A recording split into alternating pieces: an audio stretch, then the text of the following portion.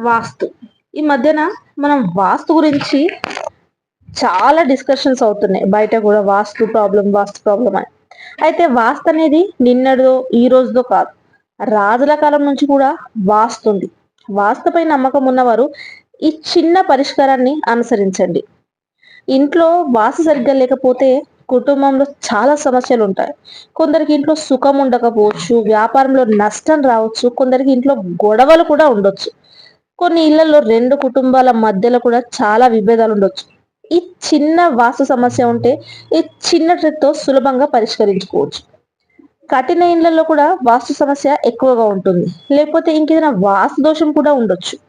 లక్షల్లో డబ్బులు వెచ్చించి, ఆ పరిష్కారం కోసం వేచి చూసే బదులు, ఈ చిన్న ట్రిక్ ద్వారా దాని ప్రభావాన్ని తగ్గించుకోవచ్చు. వాస్తు దోషాన్ని సరిచేయడానికి ఈ సింపుల్ సొల్యూషన్ మీకోసం.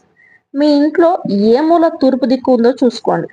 తూర్పు దిక్కున ఆ మూలన ప్రతిరోజు ఒక గాజు గ్లాసులో నీళ్లు నింపి అందులో ఒక రాగి నాణెం వేసి పసుపు కుంకుమ బొట్టు పెట్టి నమస్కరించుకొని ఆ గాజు గ్లాస్ని తూర్పు దిక్కున ఉన్న మూలలో పెట్టండి. ఇంటిలోని వాస్తు సంబంధిత సమస్యల నుంచి ఉపశమనం పొందేందుకు ప్రతిరోజు ఈ ప్రార్థన చేయండి. మీ